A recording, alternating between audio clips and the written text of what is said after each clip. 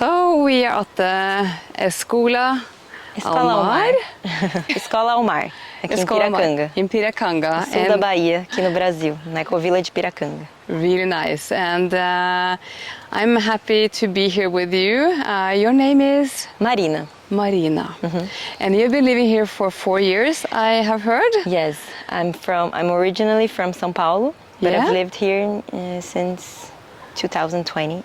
Nice. And you are part of the team running this school with all the kids living in the village? Yes. Today I work as a teacher. It's been 4 years that I work as a teacher in one of the classes. But I also work as a coordinator with Frederico, thinking about the school in a macro view, like the pedagogy. Nice. So how many working here together, all together? How many what? How many are working here all together? We are in a team of 7, I guess. 7. Yes. We have 3 classes of children, like 2, 3. We have children from 3 years old to 5 years old in the first class. So which is like kindergarten, basically? Yes, it's like kindergarten. And then my class, we have children from 6 to 8 years old.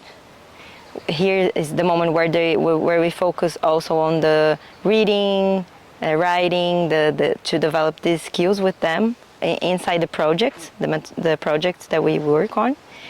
And then we have another class where there are the children that they're 9 and 10 years old. Okay. So the oldest kid here is 10? Yes. Okay. And what happens when the kids are older? The family needs to move outside? Yes, they usually move to other cities that are around here, Serra Grande, Itacaré, or they go somewhere else. Because Piracanga, people live here, but they don't. It's a place where people pass a lot. They stay here for 2 years, 3 years maximum, and sometimes they go to other places. They learn a lot here from this lifestyle, from the different projects we have here, the different relationship we have with nature, the different education, and people learn a lot from here, and then they usually go living in other places, and also using what they learned here on other contexts. That's amazing. So you create many ripple effects with this village. So, and you follow some kind of Brazilian school system, like the curriculum from the school, like how the government is expecting schools to teach their kids, or? Yes and no. We follow the BNCC, Base Nacional Comum Curricular, that is abilities and standards that are expected for each age in Brazil. So we follow this, I don't know how to call it. It's like a list of abilities and things that we have to develop in each age, something like that. So we follow this, but we have our own kind of learning. So here we work on projects. So children, they can choose the themes that they want to work on. So for example, I want to learn the animals of the ocean, or I want to learn about space, or I want to learn about the plants. And so we make this project with the whole class, and we learn like math abilities, writing skills, and things that they need to learn, that all the Brazilian kids needs in their age, but throughout the project and the theme that they chose. So you basically integrate the learning that they're supposed to have into real life projects, and not only on a theoretical level, sitting still in the classroom with a book or an iPad. That's the idea. That's really And amazing. we also have some classes like math classes and reading, writing, to also work on the consistency of developing these abilities. For example, we have arts also, we have ecology, they're now in ecology classes. But they have 1 hour of project each day. So we work on this project and we develop other abilities throughout this project. Oh, that's really amazing. So maybe you will give us a tour? Of course. And you can maybe, while we walk around, you can also say more about the project. Thank you so much. It's really nice to come here. Here's our school. It becomes one of our the things that the basis of our pedagogy is the way we relate to nature. So we can see in the school, the classrooms are open. The kids, they come here without shoes. They are always near the animals. They play with the animals, with the plants. They know the trees, the plants. They climb the trees. So this is one of the things that make this school different than other schools, I guess, is the way we want to these kids to develop a closer relationship to nature. So they want to take care of it because they know that the nature is what they are also. Yeah, we are nature. Yeah, It's, exactly. everything is we connected. are nature, so we want to develop this, but not in a rational way, but in a relation way. They relate to the nature that they are here. And then I think also the kids learn better and more efficient, and maybe also engage them more, making school more interesting because they get to do things in practical life and see how it's connected to everything else. Exactly. Or other things. Yeah, and we like to have different activities throughout our routine that work on. They can learn reading, they can learn talking to people, they can learn by doing things. So we believe that we learn from all these ways, like not just reading books and writing. So it's a way of approaching the kids from learning in a fun way, in a significative way.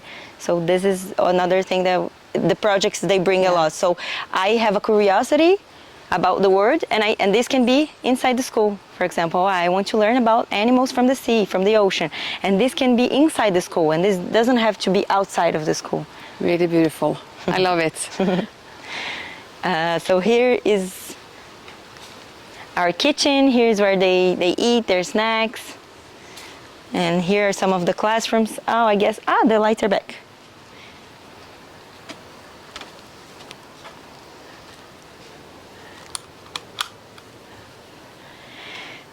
Here's one of the classrooms. The kids are not here right now. We're working on our new project that is Projeto Lendas. So here I see they have different learning materials on the walls. Yes.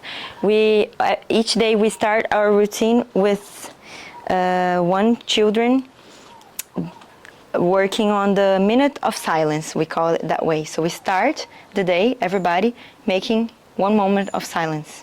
And we finish the day also doing that. So the kids start practicing, getting in touch with their body, with how they're feeling, with how they're arriving, with this practice of meditation, but in a way that they can relate little by little in their age. So every day we start with the minute of silence, and one of the children will count the minute, like 260. Oh, okay, and then finish, and then we can come back and start talking. talking. To do 1 minute every morning and every afternoon, and then it adds up to many minutes over time. Exactly. Wow, great. Here's our library. Here they have moments where they can come and get the books and research and learn and read. And you have the alphabet here. The alphabet. Yeah, nice. And here we're working on a project that is called Projeto Lendas, which in English would be, we're studying myths. Myths, monsters, and histories from different cultures. It's called in Brazil lendas. So we're studying Brazilian lendas, myths, and also from the world, like African. So they also learn about other cultures. Other cultures also. Yes. So good. And here's one of the Brazilian myths. And that's the theme that they chose to learn this time. And so each new project that we choose, the theme, for example, this one, we do mapa mental, we call. It's like a brainstorming. Mind map. Mind map. Yes, thank you. I love mind map. It's a mind map.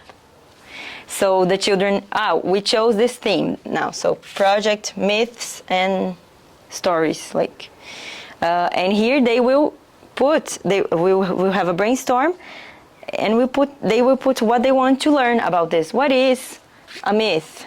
Let's make how is it called, the hand dolls? Yes. Yeah. Hand dolls. theater.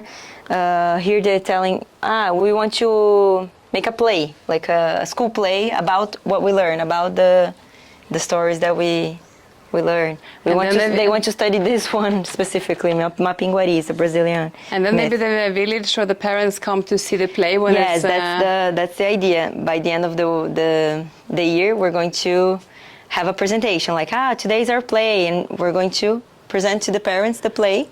And also it happens every end of project. The parents and the village come to see, what did you do on project camping, project space, project whatever we're studying, and the village comes to see what we did, what kind of experience we had. Sometimes they come to learn something, so we can teach people to do something about what we learned. It's really nice. That's great. Yeah. Wow. The last one we studied project camping. Mm-hmm. So we interviewed people that camp. So we interviewed people in the village. Then we learned from some parents that were Boy Scouts and Girl Scouts how to walk on the tracks, on the forest, and things like that. Nice. It was amazing. And we camped. We also went camping. Yeah. On the beach. It was the first time some of them had like this experience. So sleeping outside, sleeping on tents and camping. We learned how to do fire. Yeah. We cooked. Yeah. So it was all this experience. And they liked it? They really loved it. Oh, that's really good. It was amazing.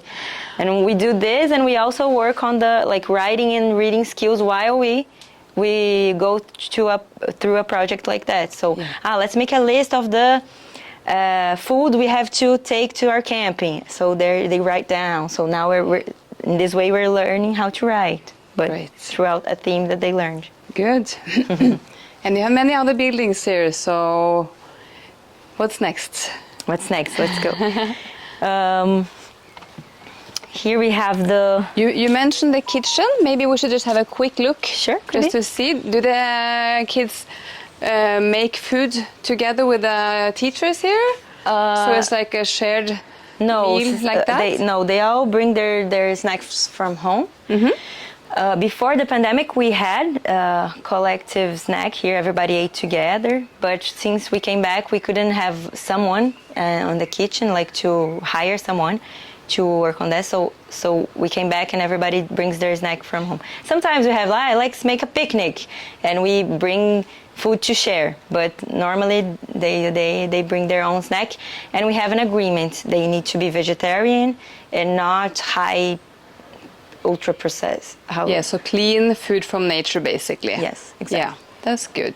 And sometimes we have some cooking experiences, right, on the projects. For example, this project that I told you, project camping. We made a recipe, a bread recipe, so we could then cook on the bonfire we did on the beach. So we use this kitchen for classes and experiences also. Nice. And here we have the smallest kids class. The projects here are different. They're more less structured than in my class, right? Because here they have 3, 4, 5 years. Yeah, so it's more about playing and being together and practice being social and interacting with other kids. They have projects also. They choose a theme. For example, now they're doing Projeto Casa, so Project Home. And now they're not here because they're visiting one of the kids' houses here. And the mother is building a house. So they're over there building a wall of concrete? No, a bioconstructed wall. It's actually soil and some plants, and they do the bricks like this, bioconstructed, and so they're doing this over there now. Really nice. So they do a lot of hands-on activities here on the project. It's less structured than in my class, because over there they're 6 to 8. Of course. But over there we like to balance also, because they're children. They're not supposed to be all the time sitting in a chair and learning, just reading, writing. We like to balance and to nurture all the bodies inside our bodies, like the cognitive body, the emotional, the physical body. So the activities are thought to to look at all these bodies, assim. And then they get more of the interactive kind of learning as well, together with other kids. Exactly. So I think it's so important. And I think here, we lost something important in the more so-called efficient school system, because kids are put in school early and they're supposed to sit still. It depends on the schools, of course, and the teachers, how much they manage to put in interactive learning and more play in the learning. And I know that the first year at least they do more, but quite soon they have so many hours sitting still listening to a teacher, reading, writing, instead of using nature. And sometimes not engaged in what they're learning, and the learning doesn't have any connection to their lives sometimes, right? So the idea here is to change that, is that the learning is something that is connected to what they live. So they learn from talking to people, they learn from reading, they learn from the environment, and also we learn from books, also we learn from teaching on the internet. It's a mix. It's a mix, exactly. So it's a balance between a lot of ways of how we can learn, and not just one way. And this is how the traditional school system works, right? Just one way of learning. And here we like to think that we learn in different ways and are connected to what we feel also. And I think that's why we have such a dramatic fall in school motivation around the year from 10 years of age. It drops really rapidly. We also see creativity skills drops at the same curve. Many people, of course, we tend to pick up again some kind of interest because we can later choose education and be more conscious in which direction to go. But many people never even touch books again after they are done with education, because the school basically have killed their curiosity for learning and reading.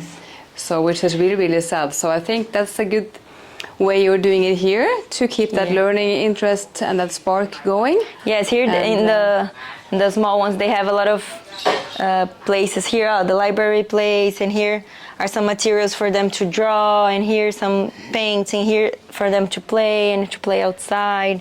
And some play area over there with dolls and put their creativity out, and nice playground. Yeah.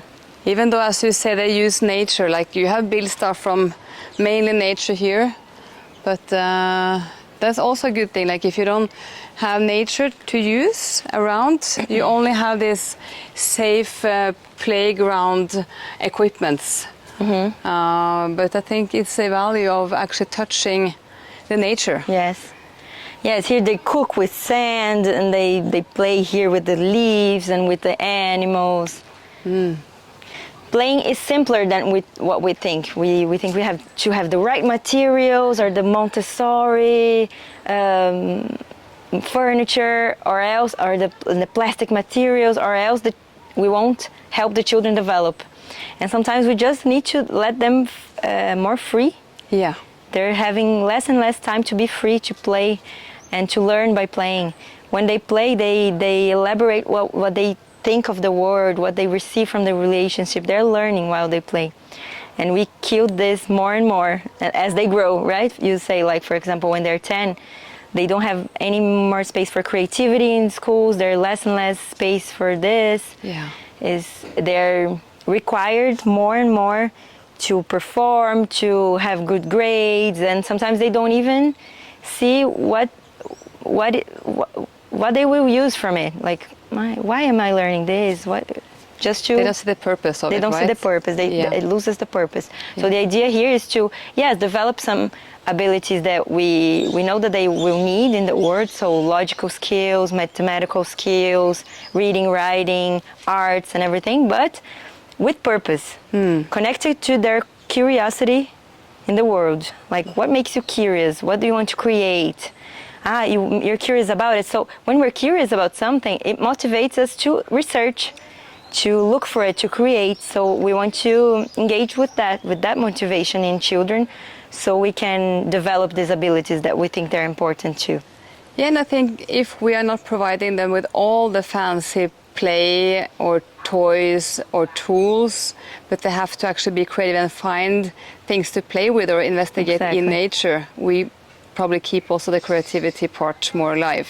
Than if they only are fed things to to engage them, basically. Exactly. So, and here the children are asked, what do they like? What is their curiosity through the word? And in traditional school systems, we're less and less asked about it. What we like, what we don't like, what is our curiosity, what motivates us. It's like we need to, that we're disconnected from that more and more as we grow up. we're just told, What to do, what to study, where to go, what to do. And you have to be at this level when you're done in first grade, and then this level in the 5th grade, and so on. So you're like pushed to learn stuff you might not even see the value of, or you find interesting yourself. As you say, like asking, what do you want to learn? Okay, so this, yeah, we have the bigger kids class. We can go over there to see. But I don't know if they're already outside. Oi, oi. Voltamos? Hi. Ai. Amiga, a gente vai lá conhecer a sala de vocês, tá? Só ela quer ver. Sim, seu. Hi. Tudo bem. A vida como ela é. She's telling the class is very messy because they just brought things from their project, and I said, oh, it's life how it is. That's good. Messy can be good as well. Exactly. Because they just brought things that they're working on a school play. Oh, they're also working on their play. They're on this project that is called Cinema and Theater. Cinema and theater. So they're studying history of cinema. They're making a play. They're writing a play. They worked on the masks. Here they are doing their characters. They're studying Brazilian goddesses and entities from Brazilian culture, and they're making stop motions. They learn how to make this on this project. Nice. Over there. This is their class. The kids, they're 9 and 10. So this is the area where they teach about theater and acting. Yes. They learned this theme right now. It's their project from the moment. Nice. And here's the space where we used to, for our bigger events, like when we're having the play presentation, or like the Halloween. Yes, some school events that get together all the classes, when we have events with the parents. So here's where we do meetings with the parents to talk about subjects that are happening in school, like bullying, or let's talk about an anti-racist education, let's build this. Well, this is happening in the village. So we come and we have a meeting, like to talk, to listen to one another, to create strategies, to. And I also like the simplicity. Like I see you everywhere, both here in the school and also at the UNA and the different houses where there are meditation and other activities. You use these easy sitting chairs. So also like paying attention to how much interior do we need to have a school, for example. So, but they are mostly, like when they are writing and reading, they are mostly sitting around the tables. So, but then here it's just to put out these small chairs, and it's easy. It changes the idea of in traditional education systems that we just sit down on a table, on a chair, and we stay there for hours. Who invented that? Like, who thought it was a good idea for children to keep their bodies still for a lot of hours? Or even adults. So we sit or like even this. Adults, exactly. For adults, it's not healthy. Imagine for children that they're developing, they need movement to develop their body. So here we try to balance this. 1 hour of they're sitting in a chair, they're doing activity, and then they will moving their body like they are breathing. Inspiration. Exhale, inhale and exhale. Inhale and exhale, yeah. So we have a more quiet moment, then we have a more expansive moment, a more expanded moment. Yeah, so the variety all the time in movement and ways of sitting expanded or body, expand, walking or running and even climbing. Yes, exactly. Cool. This is from our last play.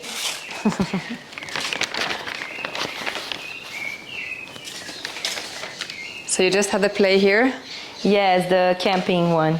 Ah, yeah, the one on the beach? Yes. So we made this scenario, and we had some scenes teaching them how to communicate while we do a trek on the forest.